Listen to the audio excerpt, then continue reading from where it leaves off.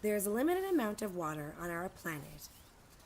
This water keeps going around and around and around, and this is what is known as the water cycle. In this video, you will learn about the four main stages in the water cycle. These stages are evaporation, condensation, precipitation, and collection. Evaporation.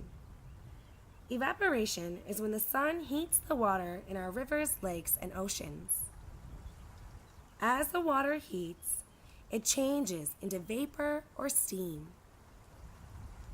The water vapor or steam leaves the lakes, rivers, and oceans, and it rises into the air. Did you know you can make your own evaporation? With the help of an adult, heat some water in a pot or kettle. Watch closely. Do you see the steam rising? That's evaporation. The next stage in our cycle is known as condensation. And condensation occurs as the water vapor rises higher into the air and begins to cool off. As the vapor cools, it changes back into liquid water. Condensation is a very important process as it is responsible for the formation of our clouds. And without clouds, we wouldn't be able to continue on into the next stage in our cycle, precipitation. Precipitation is when water has gathered and condensed in the air, and it can no longer hold on to it anymore. It forms our clouds, and the clouds become heavier and heavier until they burst and break.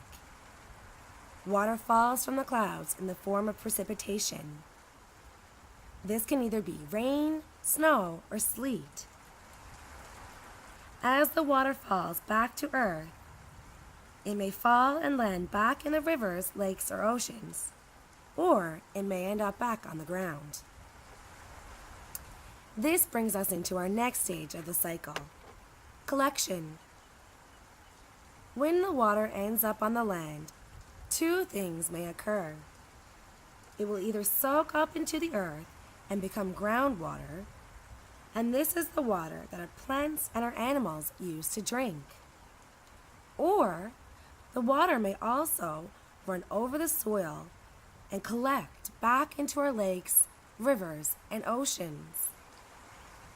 As the water collects and it runs back into our oceans, through our lakes and rivers, the cycle repeats itself and starts all over again. This is the water cycle.